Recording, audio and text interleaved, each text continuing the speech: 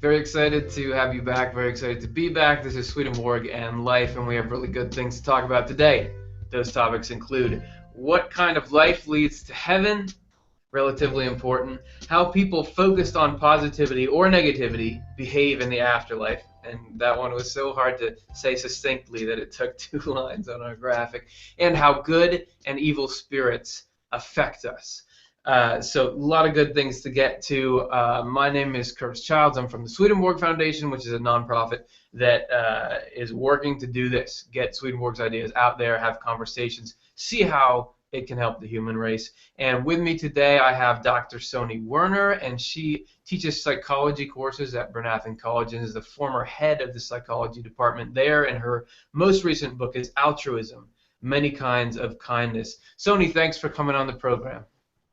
Thank you very much, Curtis. I'm excited to be here. I am excited to have you there, so it's good to know that we're on the same page, and together we're all going to look at some text from Swedenborg, where this is how we have the audacity to say that we can take a stab at any of those topics you saw. Initially, we're going to look at the recorded spiritual experiences of Emanuel Swedenborg. You guys can download the text we're working from. In the description of the video, there's a link. This is the short link we made it if you need to pause this and type it out. Or if it's just a post, just click that thing. You can follow along. There's a free download of the PDF or the ebook.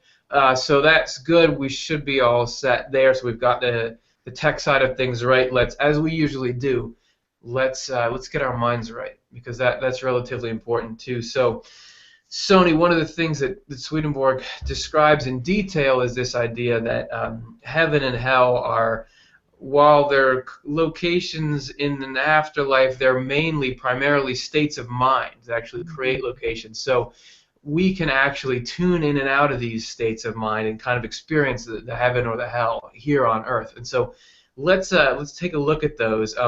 Initially, what is the hell mindset, or how does Swedenborg describe hell in your reading?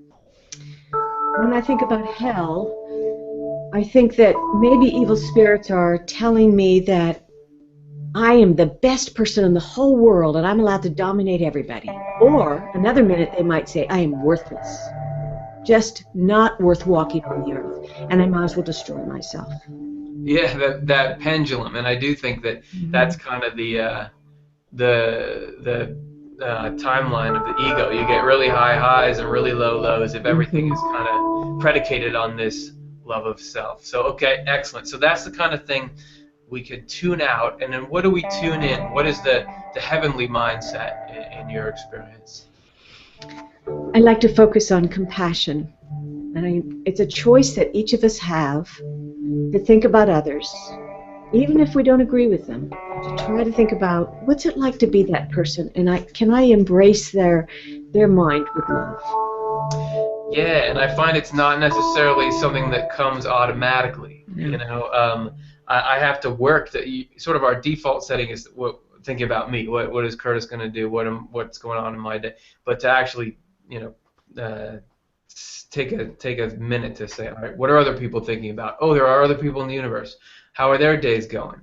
That can take a little bit of work. Mm-hmm. Yep. I agree. And I think that there are many different spiritual traditions that can teach us how to do that. Swedenborgian ideas have one way, Buddhists have another way of saying just mindfully meditate and try to think about having compassion and forgiveness for others. So many different ways of doing it, but I think it's all about the theme of caring about others. Yeah, I made up my own tradition this morning. I was going to meet somebody, and I had a little bit of trepidation about it. I was a little bit, what's it going to be like? But I started to try to think about it from their perspective. Or they're thinking that this guy's going to go meet them, and so how can I make it so it goes smoothly for them? It was just an interesting little thought experiment, and I could stand to do more of that. All right, so everybody at home, Soni, let's get into the text for today. This is the PDF or I'm looking at the PDF. You can get the ebook or the real book of Our Life After Death. We're at the bottom of page 62, and we'll start right in the middle of the chapter. Almost all of them, and this is people Swedenborg is describing. If you saw the last episode, this is people who have died and are in the afterlife. Almost all of them want to know whether they will be able to get into heaven. Many of them think they will because they led moral and civil lives in the world. They don't reflect on the fact that evil and good people lead lives that are superficially the same. That is, both kinds of people help others, both go to church, listen to sermons, and pray, all the time utterly unaware that outward behavior and outward worship mean nothing whatever, that all that really matters is the inner self that gives rise to these outward actions. So, Sony, it seems like he's saying that, surface value things, I went to church every Sunday, as I think most people would agree, that really doesn't have any impact if there's not the same intent behind it, would you say? Mm-hmm. Yeah, I often think of the word integrity, which is a little bit like being integrated and having some consistency between our inner self and our outer self. And if we thought that we were under the misunderstanding that all we had to do was go to church every week and contribute money every week, that we had our ticket to heaven and we were forgiven of anything that we did. Meantime, we might have been harboring some pretty evil thoughts. But actually, Swedenborg tells us that we have to keep striving for integrity between what's going on deep inside our heart and our mind and how we're acting outside. Now, in this world, we are allowed to be hypocrites, but in the next world, we're not allowed to, and that's what we're going to talk about today. Yeah, absolutely. And I think that a lot of the so I don't know if you guys at home can hear that, but there's like sirens and bikes going by outside, so there's a little ambient street noise for everyone. What I was going to say is that this lack of integrity is a lot of what brings on this backlash against religion, organized religions. They see, so people are part of this club and they're going through the motions, but these aren't nicer people than the people outside. Actually, they're worse sometimes, and Swedenborg often references that. So let's take a look at where he goes from there. Scarcely one person in thousands even knows what the inner self is, or that it is where we must look to find heaven in the church. And this is the inner self that you referenced, Sony, and he's talking a lot about this. We're at the end of his description of the first state after death, and that the second state is actually where we get into this inner self that is the true us. Right. Even fewer realize that our intentions and thoughts determine our outward actions, as do the love and faith that are behind those intentions and thoughts and give rise to them. Even when people are told this, they don't grasp the fact that thinking and willing are what make the difference. They believe instead that all that matter are the words they say and the deeds they do. Many of the people who are coming into the other life from the Christian world nowadays are like this. So you can sense frustration, and I bet that Swedenborg had a lot of conversations trying to convince people, no, it doesn't matter what religion you are, it matters what you do, because the Christian church he mentions there is the Christian church in 1750s, 1760s when he was writing, and there was faith alone was a very big thing, and so he was constantly having to struggle against that. And I find that's a major theme sort of in his works. Sony, have you come across that there? Yeah, I think it does help to go back to the history and try to understand why he was writing what he did. And if you go back even farther, back to the time of when Luther was rebelling against the Catholic Church, when there was a pattern, and that was the indulgences. And the Catholic leadership would sort of imply, maybe even directly imply to all the members of the congregation that they could do naughty things, and then they could pay money, and they would be able to be forgiven. And that's all they had to do. And then Luther says, now wait a minute, that can't be fair. The capitalist dream. And so he swung over to the other side. He says, it's really about faith. It's not about, doing this over here. It's really about what's going on in your head. And it's almost like the pendulum, again, you use that metaphor, but it swung to the other direction. And it was just thinking that you had to do faith. Well, Swedenborg says you have to do both. You have to have some sincerity about what you're thinking, and then how you act. Those should be integrated. Yeah, and that there's this middle ground that we're trying to hit, or the third way, as some people sometimes put it.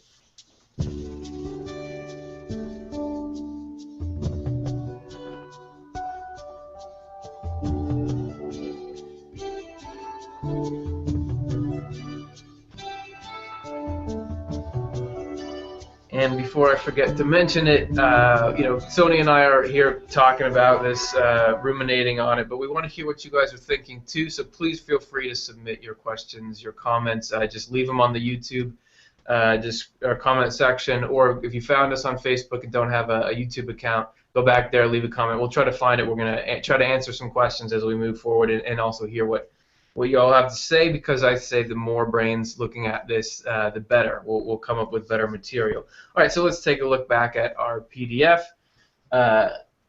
Okay, middle of page 63. Eventually, good spirits examine them. So this is, the people in the afterlife, as Swedenborg reported seeing it in his spiritual experiences. Eventually, good spirits examine them to determine what they are like. This is done in various ways, because in this first state, evil people can say true things and do good things just the way the good people do.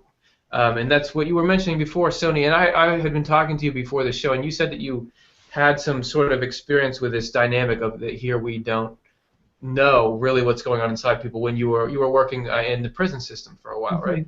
Yeah. Many years ago, I worked as a college professor inside of a maximum security prison, and I often had to remind myself that although I'm allowed to civilly judge these people for being murderers or rapists, and maybe even morally judge them, I was not allowed to spiritually judge them, because in this world we really don't know what people's inner motives are. So it was important for me to interact with them and just sort of look for the good in them as much as I possibly could. And then if they were curious to learn about how to lead a more structured and healthy life, psychologically, that's my area, then I would just try to do what I could to teach. Now in the next world, Swedenborg tells us that the sort of the angel teachers there are able to kind of see, as people move from stage 1 gradually into stage 2, they're able to see people's true intentions, and they're able to really decipher. Now, I can't really do that here. I can't always tell when people are lying to me. I think most of us might think we can detect that, but we can't always do that. So I think it's important for us to restrain ourselves from spiritually judging somebody and think, oh, I really know what they're all about. Because we might not. But in the next world, hypocrisy is no longer allowed. Yeah, the spiritual judge, you think like, oh yeah, they're just doing that because they're like that. But if I do it, it's because, oh, I had something wrong with me that day. Sort of the what is it called, the fundamental attribution error. That's right. Yeah, which I love that when I first studied that concept in college. It was my favorite one. And yeah, and what you're saying about you can't know people's intentions, even based on actions. I was just watching this documentary on Netflix last night about drug wars in Mexico and the cartels there, and there was this guy in prison who had killed someone, and he was like, I had to. If I showed weakness, then the guys next to me would have no use for me anymore. And there's just like, and I don't know where it all falls, but there's just all this nuance into actions, and what really drove someone to do something. It's an intense world, and we're all making it through it together, you at home. So let's go even farther into what we're doing now. Okay, so we're rolling down here. Oh yeah, as I have already explained, this is because superficially their lives appear to be just as moral, since they were living under governments and laws, and besides, living that way gained them a reputation for fairness and honesty, and won people to their side and brought them prestige and wealth. But you can tell evil spirits from good ones, and this is where I got the title for the show today. You can tell evil spirits from good ones very easily by the fact that the evil ones pay close attention when the conversation is about superficial things, and little attention when it's about deeper subjects and the true and good principles of the church and heaven. They do hear such things, but without any real attention or pleasure. You can also identify them by the fact that they consistently turn towards certain regions of the spiritual world. And when they are left to themselves, they follow paths that lead to those regions. You can tell what kind of love is leading them by observing the regions they face and the paths they follow. So, Soni, here he's talking about that you can tell someone's character there by which way they're facing. And that, but the way he describes it, direction has sort of a moral or a more meaningful component in that life, right? I think we could all relate to that. Like when you're talking to somebody and their eyes sort of wander in another direction, right, and you wonder, are they listening to me? And some people can listen quite well when they're not making eye contact. So we can sort of relate to that kind of image. But I think what's happening in the world of spirits is when people are in a listening mode, if they don't really care about these deep truths about God and about being kind to each other, it's like they turn off their listening and their eyes wander and their minds wander. It's like they're thinking about going down that pathway over there, and that's far more interesting. It's like being distracted. Their attention is somewhere else. And I know from another place in the writings it was talking about maybe because of that, they don't really love to learn about these deeper ideas, that unfortunately it doesn't sink into their memory. And so then time passes and they don't remember what was taught to them. They had an opportunity to learn it, but they don't remember it. Yeah, very interesting phenomenon that Swedenborg describes, that everybody's taught anything they want to know in the afterlife. As you mentioned, there are very good teachers there, and anyone can get any information. But if it doesn't square with what you love about life, you end up rejecting it. As you can kind of see in this world, there's a lot of us will, if something doesn't agree with what we want to be true, we'll push it aside.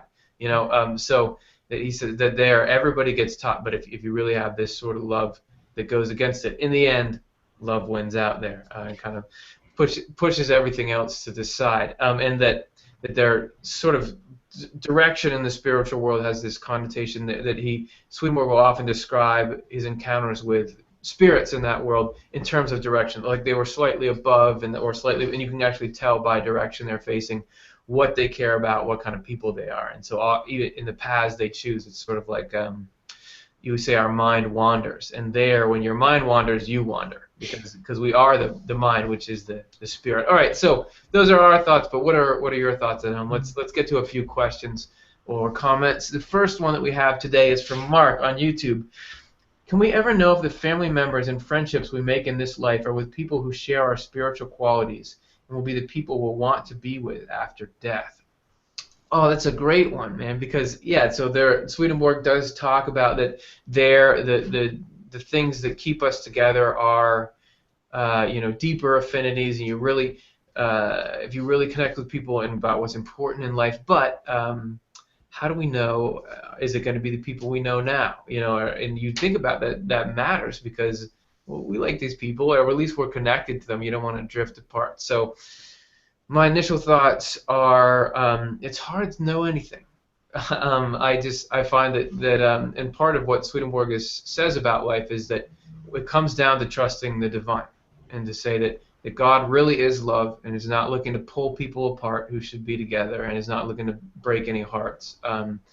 And so there's got to be a sort of a base level of trust there. But then also, the spiritual world is very connected. Like there's no time and space. He describes old friends re-meeting there. So even if it's not like your current relationships are going to be your same closest relationships in the afterlife, you can still, it's even easier than face chatting like we are right now. You can get there. So those are a couple of my thoughts. Soni, did you have any on that? Well, I think it might help to imagine what it's like when people have similar interests. Maybe they join a club, or they both love to, a bunch of people get together because they like to be artists, or another group of people get together because they love baseball. And you feel like that's what you have in common. But I think it goes a little deeper, slowly, and you find that it's not just the thing that you have in common, whether it's baseball or art. It's what you love about it. So do you love teaching about art? Do you love refining the skills? Do you love teaching the next generation about baseball? And those loves, you can see, start getting a little bit more abstract, a little bit less tangible, but that gives you an idea, and it goes a little deeper, a little deeper, a little deeper. And when we mean deeper, we mean, is it all about loving myself? Am I in the baseball game so that I can show off to everybody because I want to be the best? That's really a love of self at a deeper level. Or is it because you enjoy having a good time with each other and you enjoy watching the children learn baseball? That's really what matters at the deeper level. It's not about baseball or art anymore. It's really at a deeper level. And we're talking about over here, do you just really love yourself and material things more? Or is it really about, I just enjoy making other people happy and giving my gifts back to God? Yeah, and that those kind of core loves about the basics of interaction between people is what really draws people together, and that heaven is interconnected. I do also remember Swedenborg talking about, people way back in the day. They would, they would live in family groups, hunter-gatherer kind of people. And then in the spiritual world, they'd be in the same groups because everybody was so on the same page or whatever. So it is possible. Mark, those are our best thoughts on it. Hope that gives you some food or leaves you hungrier than when you ask. All right, so let's get to the next question. Is there a defining moment that happens in the material life when our inner spirit wakens, and then from that point we start the process of looking at life here in the eyes of the inner spirit? James, that's a good question. So I think, Soni, with your background in psychology, what do you think about sort of the development of the mind, and is there sort of a general phase of life when people more often look toward sort of deeper spiritual concerns, or is it different obviously different for everyone, but is there sort of ways we can kind of guess when and where it will sort of happen? Yeah, I'm fascinated with development. When we look at children, we can see their physical growth, and that's pretty obvious. When we look at adolescents moving into adulthood, we're looking at more abstract things. But we're talking about spiritual growth. You can't say that it's going to automatically happen at a certain day or a certain year or a certain stage of life. I like to look at some stages that I think people might go through. For instance, I think spiritually, at first people conform. They might conform to one group or another. But after a while, they might decide, well, I don't know if I really want to conform anymore. I don't really feel like I'm part of that group. And they start to make their own decisions. They might spontaneously move away from a group. And they might say, I want to go on a spiritual retreat. Or they might say, I want to run off to India. And they might do something that feels like it's my initiative. But I don't think that's enough. I think later on they have to decide, what's the purpose of my life? And that takes a lot of deep reflection. That's not an instant. There may be a turning point, but I think when you get to a point in your life where you're thinking, what is the purpose? Can I be very clear about what I am dedicated to? And then can I make my daily actions be lined up with the purpose of my life? That's what some people call a purpose-driven life, or other people might call it having a mission or a passion. And that's where people feel real joy, and that comes slowly. Now, again, you may have a big turning point. Maybe something terrible happens. Somebody has a near-death experience after an accident, or maybe somebody else has a great loss, and they start looking at things more deeply. But I'm much more convinced that these things happen slowly, slowly. It's almost like I think about, there's this game you can play where there's a whole bunch of blocks, and one person takes one brick out, another one puts another brick in, and another brick comes out, and a brick comes in. I think it's like that. Yep. Slowly, slowly the Lord helps us evolve, and pretty soon they're all new bricks. It's a whole new, that's what regeneration is to me. Mm-hmm. And I think even Swedenborg, who had this sort of awakening into the spiritual world, is a process for him that really was going on for decades. He was slowly, his interests were changing. He was more coming to terms with some of the negative qualities in himself. Then he had this whole series of dreams that he recorded. So yeah, it wasn't just one day he was walking along and his life changed. And I think you're right. It's probably organic like that for all of us. All right. So thanks very much for the question. Let's take one more here. This is from James YouTube. You have mentioned that everything is up to us. So does that mean that once we become spiritual angels or kingdom angels, we could still fall, as what happens in the Bible?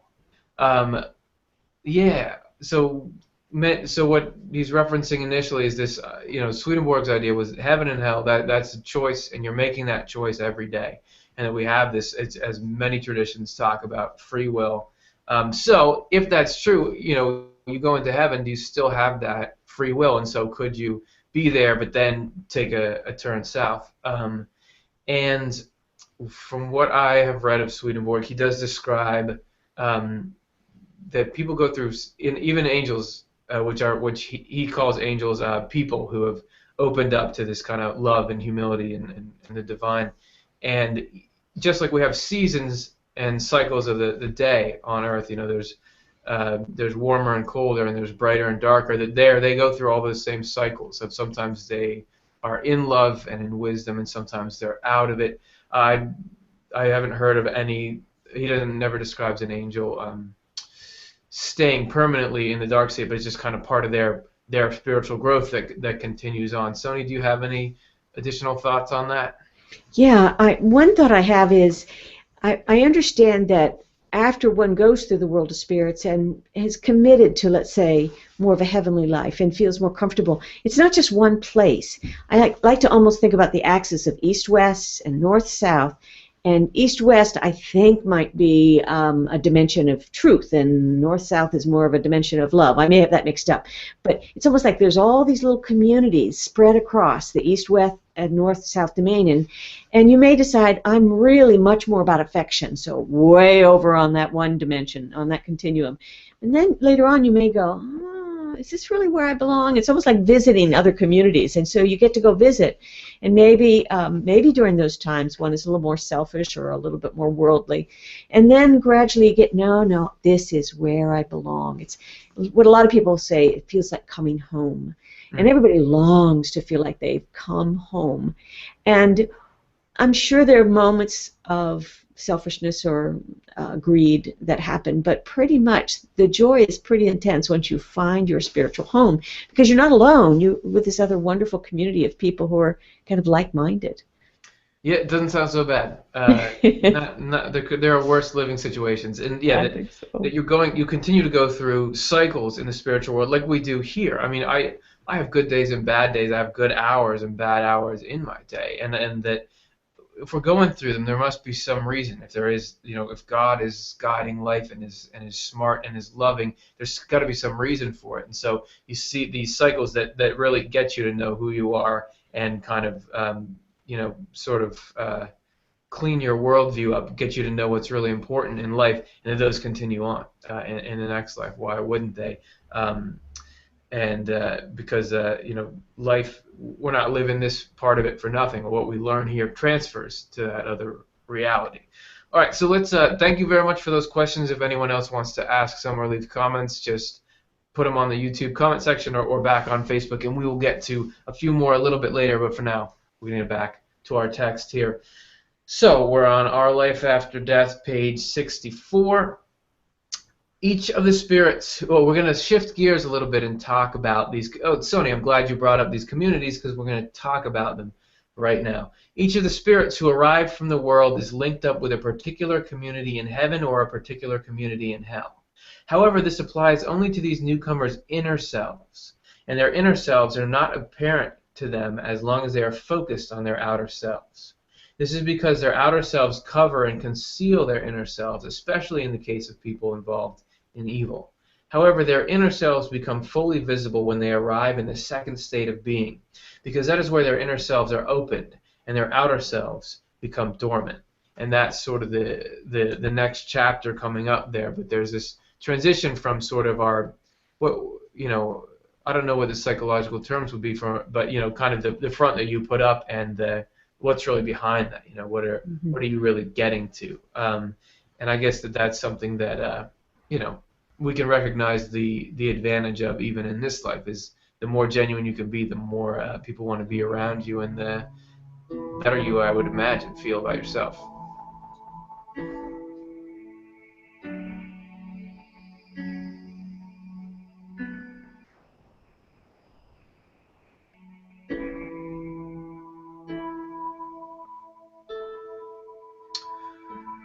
Oh, and I'm going to do something here that I have never done. Some people would call this selling out. I would too. If you're enjoying the show, could you click the like button on this video?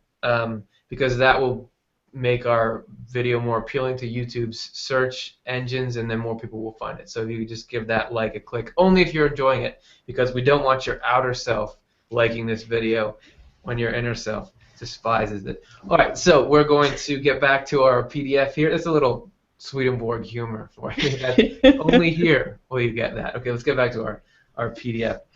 This first state after death lasts only a few days. So this is the state of being in sort of in external concerns. The first state after death lasts a few days for some people, months for others, and a year for still others, but rarely more than a year for anyone. These differences depend on how much the inner and the outer self of each individual disagree or are in harmony. Everyone's inner and outer selves must act in unison and correspond to one another.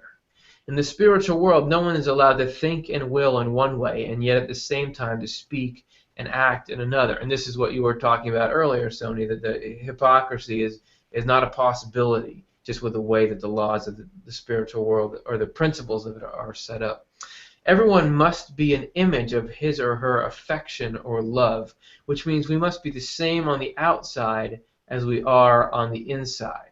And there's sort of a longing for that in our culture, with inner beauty, that kind of thing. I see it popular.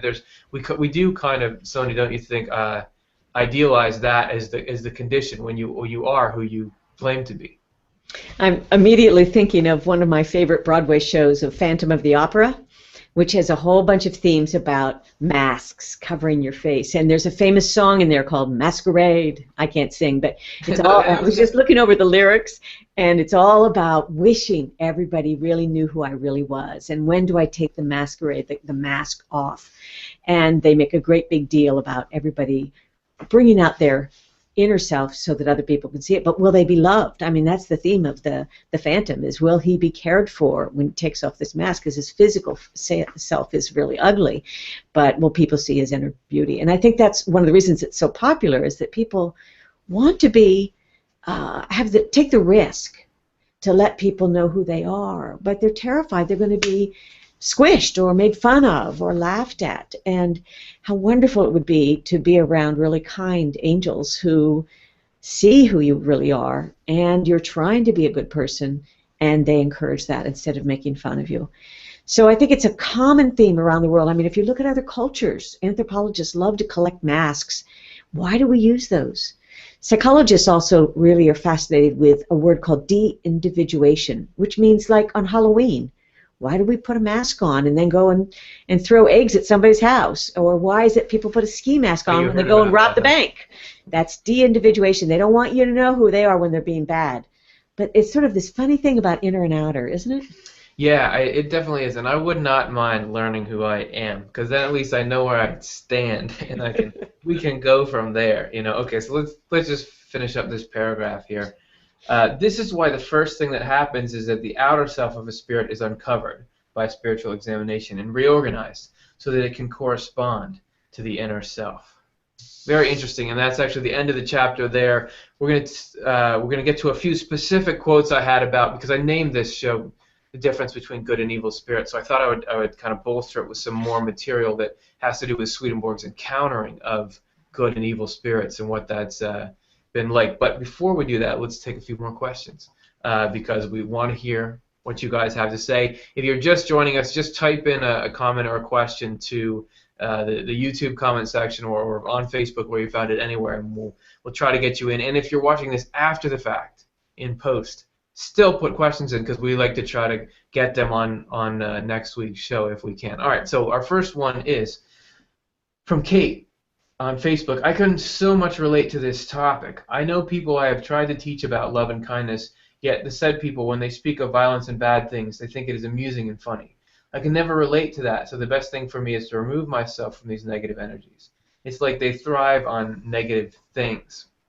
And it can be tough. Well, I mean, so that documentary that I was watching the other night about the cartels in Mexico, and just all the incredible amount of chaos and violence there, and that there's sort of a thriving culture of like people who are oh, that's so cool, and you kind of like we think that's so great that these gangsters are really role models and stuff. And so that I felt some of that same sort of despair, of like, oh, but this is because the documentary was really juxtaposing, like people are like making music about it, oh, it's so great, and then you go see the real thing and the violence and what that's doing to people's lives.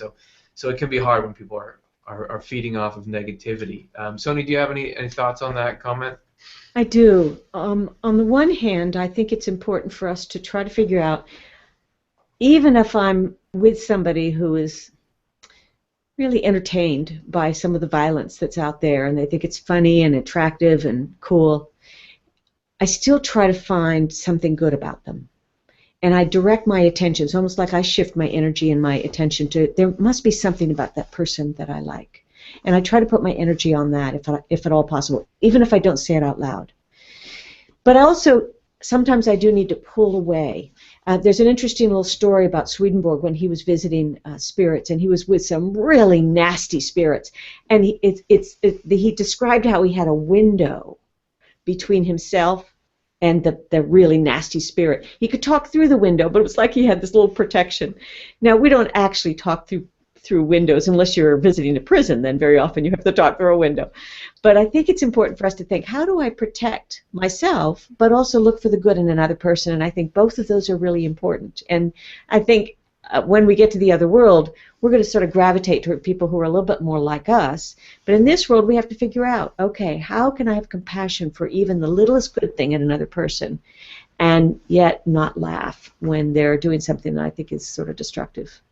Yeah, and that skill of like, okay, we're gonna look for good in people, but yet set boundaries, and that's a tough skill. I mean, and we sort of, as a culture, just think like, oh, you just figure it out on your own. It's kind of like saying like, oh, here's a basketball, just go play. You know, no, we teach people the drills and we teach people how to do things, and you practice and you have scrimmages, but you know, it'd be a lot of work to get that going. So maybe I'll start some kind of like camp for that or something.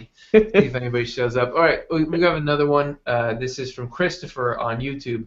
I once saw three little lights float through my room the very night a well-known British rock star, I lived across the road from him, was in my back garden.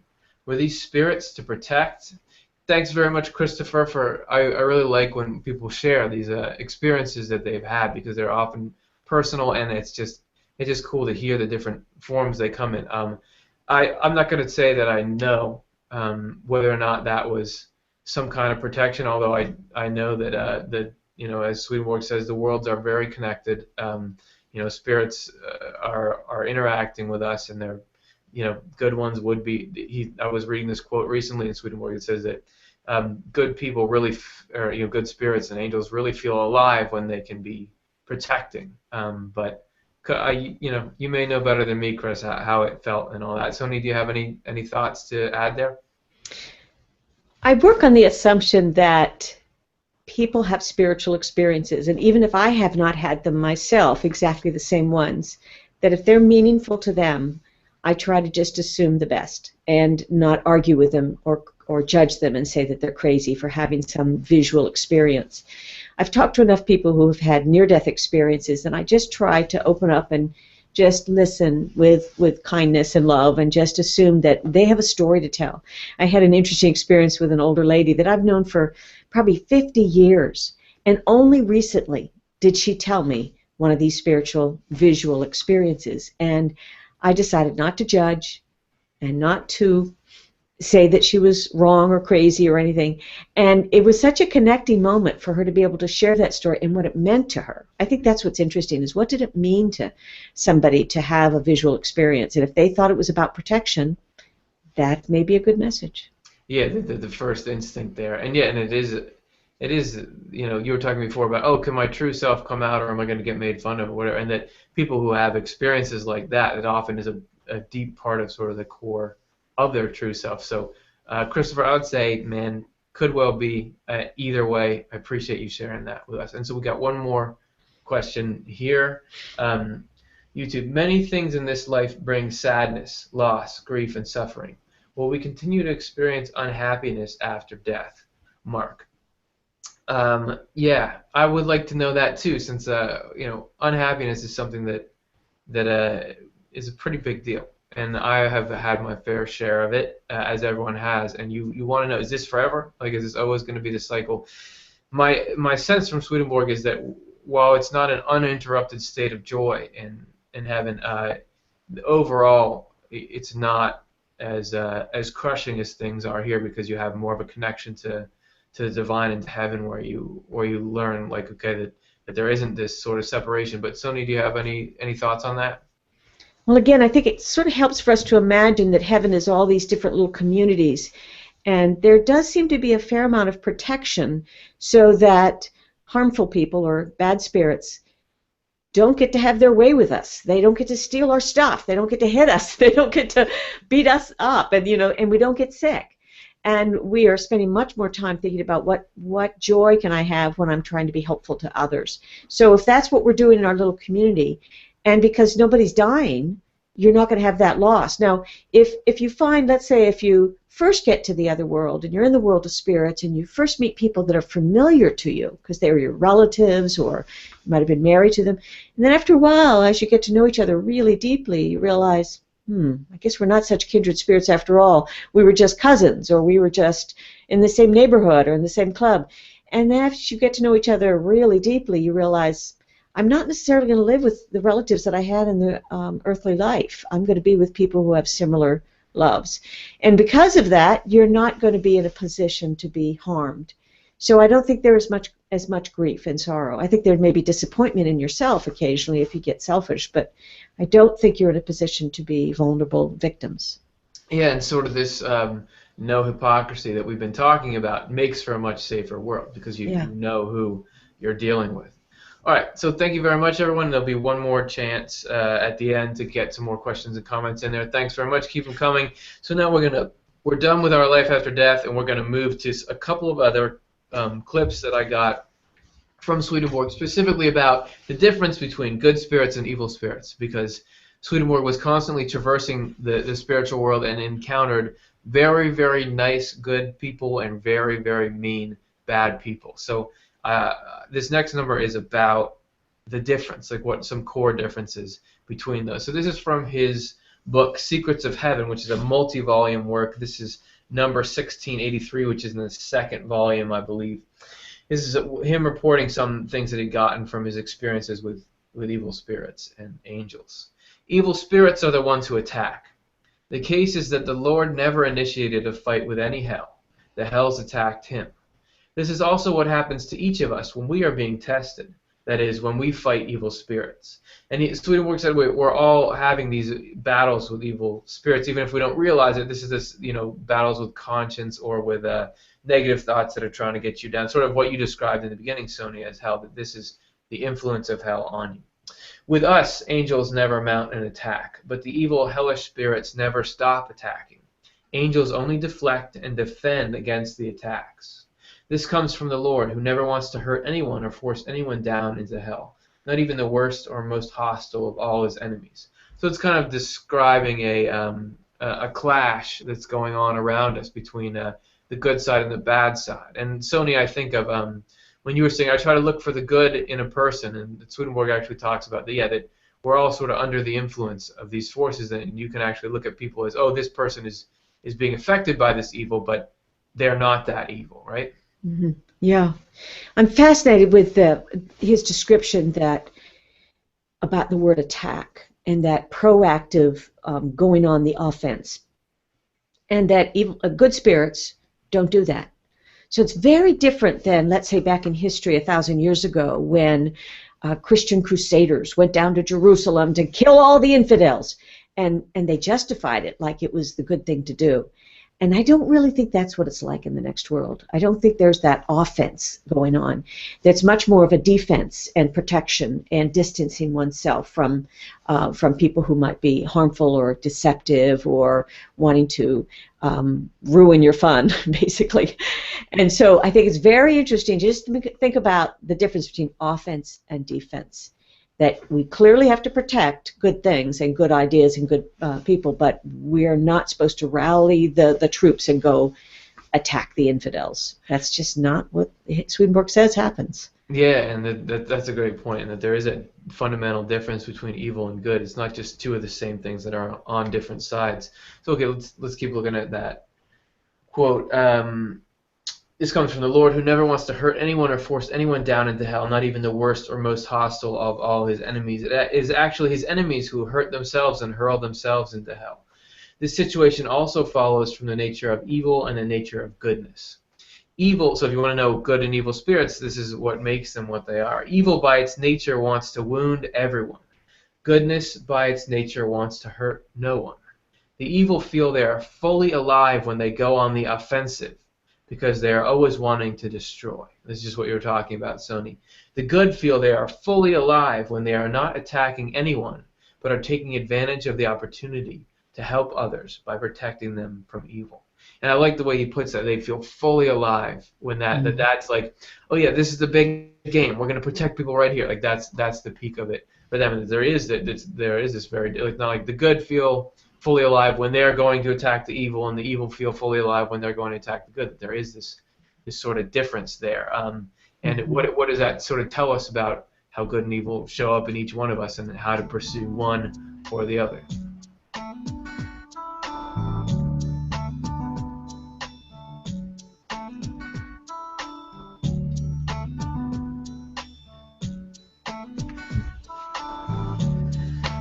So, thanks everyone for staying with us. We're now going to take a trip into uncharted territory. This is the first time I've ever had a quote from Swedenborg's, what is sometimes called spiritual diary or spiritual experiences. This is basically like the raw data that he recorded of all of his experiences, and we don't. But there are some very interesting nuances about evil spirits and how he found them to operate that I wanted to show, since we're talking about good and evil spirits here. So we're going to go delve into an old translation, and bear with me. But just for if anyone's interested, these are some minute details that Swedenborg learned about the processes that are going on for all of us from this. So this is from Spiritual Experiences, number 5778. The evil spirits who are with man, so this is old school translation, man means male or female, all of us. The evil spirits who are with man seek by many methods how they may seduce him. And it has been given to me to know from experience how this matter is circumstanced. Those who are nearby inflow variously with man. Inflow, that's just them coming to affect the mind. And indeed into his interior thought, or into the sensual and external of it. It must also be known that when spirits speak to each other about a matter delightful to the man, or which favors his loves, the man is joyful, glad, and in a state of delight. Likewise, that when they speak of such things as are adverse to his loves, he is in undelightfulness and sadness. Hence comes melancholy. And I think today that word might be translated more like depression or something like that. Soni, do you know anything about sort of that term? Yeah, that term is a very ancient term used all the way back in the Greek time, melancholia, and it is very similar to what we now call depression. So you're right. And so it's that state that, and again, it's on a continuum from just a little bit of sadness to really deep depression. Yeah, and what's so interesting is that for Swedenborg, the spiritual world and the human mind were essentially the same, that our minds can be affected by conversations that are going on around us in the spiritual world. This is how he reported it, man. You can't make this stuff up. Okay, so when they speak something that's in harmony with you, you feel up. Otherwise, you feel down. For instance, when they are with the avaricious and those who are fearful for the future, and speak to each other about the loss of wealth and of such things as relate to its loss, and about the state in the future, the man becomes anxious. With those who think much against the neighbor from deceit and cunning, there are genii, who that's a word that would now, I don't know if it would be translated demons now, but he's just talking about a certain kind of person who is into sort of evil, is immersed in negative, harmful sort of emotions. So there are genii who also, in an instant, pervert all their thoughts of doing good to the neighbor and of God. With me, all these were observed. For I knew that I did not think from myself, but from others, and when wickedly, that it was from evil spirits, who also were then instantly detected. So this is one of the things that was most striking to Swedenborg about his awakening, was this interaction with the spiritual world. And he said that actually his states of mind were influenced by the spiritual world. And that must have been interesting for you, Soni, in psychology, to hear Swedenborg's his sort of map of the mind, which differs a lot from any other map that we have out there. Yeah, I think about some of the common terminology, not necessarily among professionals, but when people talk about good vibes, or, you've got an aura, or you've got a sphere about you. And I think it's very similar to what Swedenborg was talking about, how it's almost like imagining people right behind you having this conversation, or even making suggestions. And evil spirits are pretty cunning. They can figure out where your fears are. So if your fear of losing your wealth, your fear of people not liking you anymore and having a bad reputation, your fear of really people are going to find out how stupid you really are, or whatever it is that our deepest fears are, the evil spirits will play on those things. And even if you were thinking about good thoughts 5 minutes ago, shoo, you go right into a funk. And he was realizing how influential we are. And it's almost like we really need spiritual practices to tune out those conversations, because they can yank us back and forth. They're not us. They're outside of us. They are behind us. They're sneaking into us. But we are not. They're not the source of what we want, and we can tune out. Yeah, and so it's just a very interesting world that he goes into it in so much detail here that I just felt like I wanted to pull one of these out, and kind of show the nuances of how he says that the mind is operating, and take what you get that's useful from it. Uh, so okay, oh yeah, instantly detected. At one time, they devised this artifice, and so this is, yeah, as Soni, you were describing them kind of uh, noticing what was up with him and plotting based on it. At one time they devised this artifice. While associated with me, they spoke about various things and noted which affected my mind and in what manner they did so. Also what carried me away into indignation, or what into this or that affection or desire, and I observed that they could discover some, but not others. It was allowed me to speak with them as often as I wished, and to refute them and drive them away. So they're kind of trying to figure out how to push his buttons, is I think a good way to put it. When they were driven away, the thought was changed. Those spirits and genii, however, operate in this manner only into the external man, but the Lord in heaven into the internal. So here we're going to get a little of the other. So that's how evil spirits interact. How do good spirits interact? I also observed that heaven inflows into the internal in a similar way, and that as the angels speak to each other, so the man is affected. Angels do not speak anything else than those things which are of wisdom, faith, and love, and of happiness therefrom. These interiorly affect the man who is in them. It is hence manifest that so far as the external man acts as one with the internal, so far the man can be led by the Lord. For through the internal, the infesting things and evils which are introduced by evil spirits are dispersed, removed, as hell is by heaven. And even here, in a totally separate quote that I didn't even really pick for this connection, he's talking about the internal and external person. And you mentioned spiritual practice, and this can be a way to kind of put those in harmony. That if we sort of are in integrity, then it's harder for us to be led astray by these kind of thoughts. So, speaking of thoughts, I'd love to hear the thoughts that all of you have on this. We're going to take one more batch of questions and comments here. If you're watching this after the fact, feel free to leave them anyway, and we'll get to those. But let's take our first one here. This is Esteban. I'm tortured by evil thoughts about love, goodness, God. They tell me that God is a jerk, is wrathful, is unloving. At the same time, he makes me guilty and anxious, yelling that I'm ugly, selfish, and rude. I can't enjoy the life. I want basic, joyful experiences, but I can't. With that, first of all, thank you very much, Esteban, for being willing to talk about the kind of things that go on in a lot of people. But to put that out there, and well, this is a lot. The way that those thoughts are behaving is a lot like Swedenborg's description of evil spirits. He even, in another place, not here, but says that one of their favorite activities is to get people to do or think something evil and then accuse and condemn them for doing that. That we see in these other passages that the good side angels don't attack. So if you're feeling this, oh, I'm so bad, that's not angels like sitting there like, yeah, that's how you are. This is hell accuses and attacks. So Soni, I'm interested, since this is about thoughts, your take on what Esteban is saying. Well, I have an analogy of a 3-story house. And think about top floor, middle floor, basement. And we live most of the time in the middle floor. And I want you to picture that there's this door to the basement, and there's a door up to the upstairs or the attic. And we get to choose which door do we want to open. And when the evil spirits are running up the stairs and they sneak in, it's almost like they sneak into your living room, make themselves at home in your lazy boy chair and act as if they belong there. Well, that's the same thing. That metaphor is the same thing as evil spirits sneaking into our thoughts and suggesting pretty nasty things like God is bad and you're worthless, etc. And our job is to pick up those monsters and throw them back down the basement and open up the gate so that the angels can come in and talk about more heavenly things. But we have to choose that.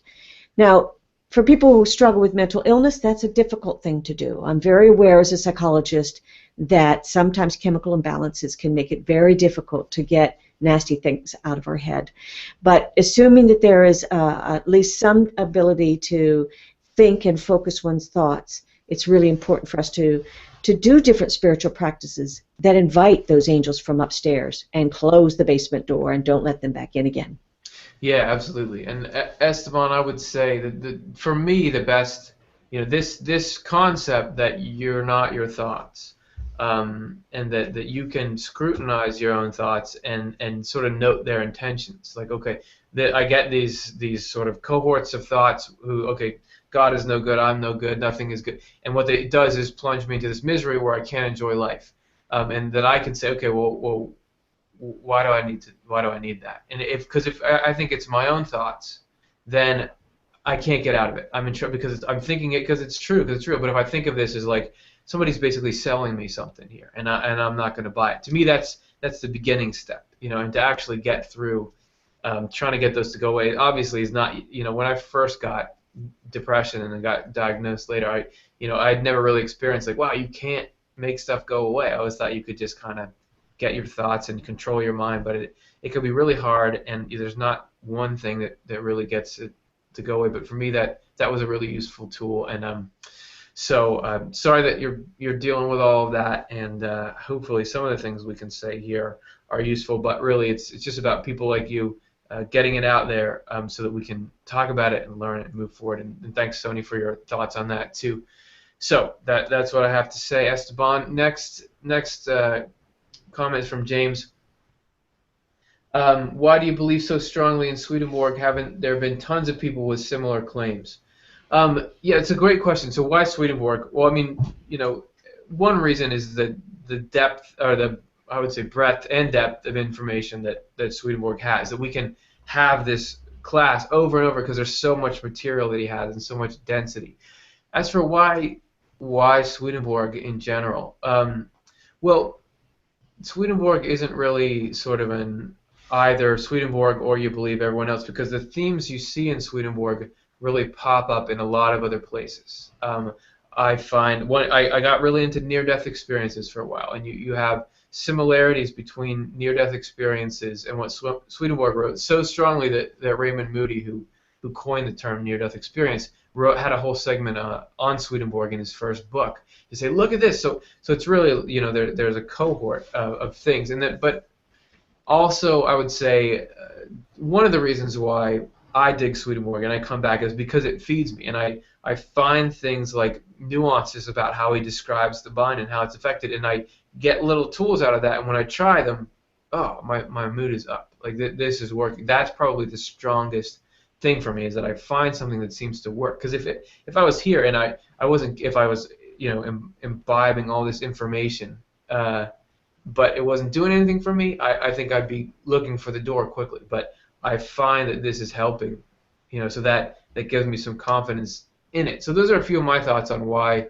I feel like Swedenborg is worth your while. And he's certainly not the only source of information, but he's one. So Soni, did you have any thoughts about what makes Swedenborg helpful or useful? Again, I would really echo what you said, that it really is important for people to go on their own spiritual journey and gather truths wherever they think they can find them.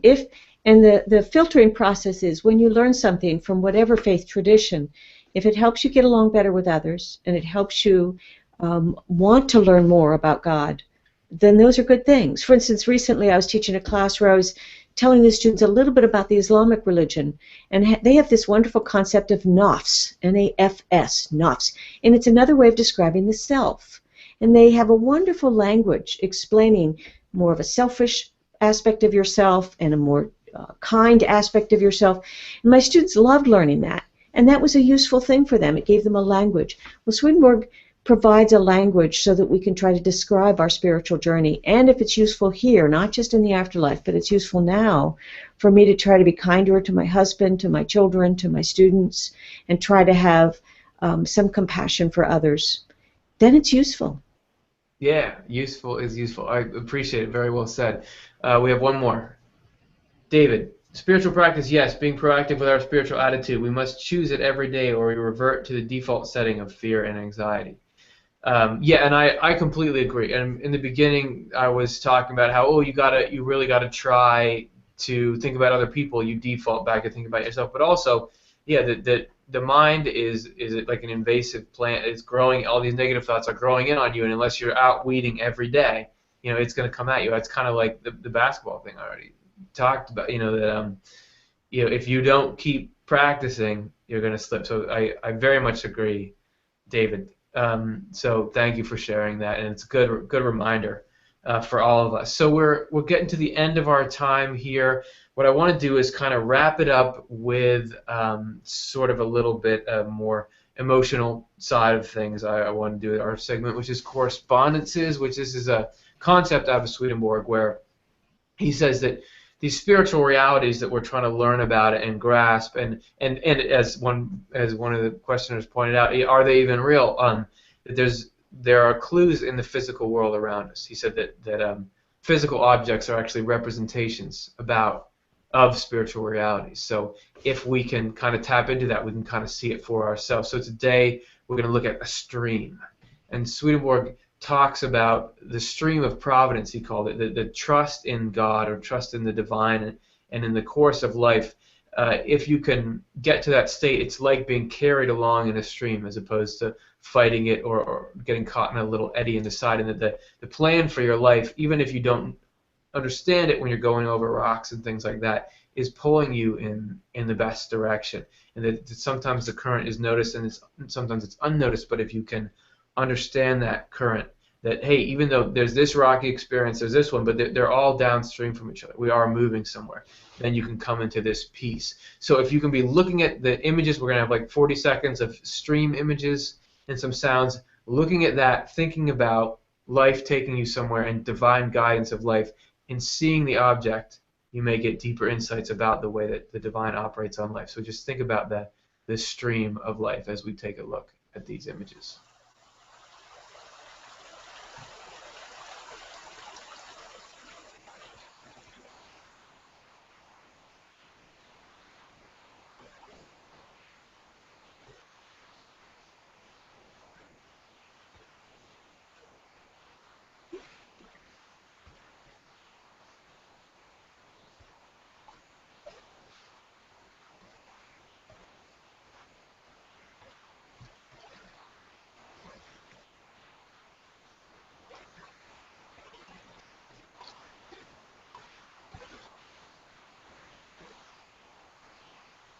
Man, that water noise is powerful. I only have one earbud in, so I'm not even getting the stereo experience, but I just got really like, oh, I'm so relaxed. This is so great. Forgot I was even doing a show. So hopefully you guys got something out of that, and obviously probably even better to go sit by the real thing and contemplate the deep mysteries of life. Thanks everyone for being with us today. If you want to support this show, help it reach other people, the Swedenborg Foundation is a non-profit. You can make a donation there. If you open up the description of this video, there's a link to make a PayPal donation. Even $5 will go a long way, so we very much appreciate that. Soni, thank you so much for being on the show. It's been a lot of fun having you, and I really appreciate hearing your perspective on things. I hope you enjoyed yourself as well. Oh, we had a microphone problem with Soni. Wait, Soni, hold that thought because it was going to be a good one. Everyone, I have a quick note about next week, and I'm just going to come clean here. We are not going to be live next week. We're going to broadcast a new episode at the time, but I will be out of the state, so I won't be able to broadcast it. So if you want questions answered, get them in now during the week. We're going to be talking about how the afterlife feels, and sort of what the experience is of it like. So if you want to share some of your own experiences, or ask questions about what did Swedenborg find, what have other people found, then we'll do that. So just leave them either on this video or on Facebook, anywhere. We'll try to track them down, and we'll get that going. So unfortunately, we don't necessarily have Soni's mic working yet. I do want to hear what she had to say, but if we can't get it, then we can't get it, and I'm sure that she'll forgive us for that. I have all of this stuff taken for today, so I think we're just going to have to cut it loose. Soni, wherever you are out there, thank you so much for hanging out with us.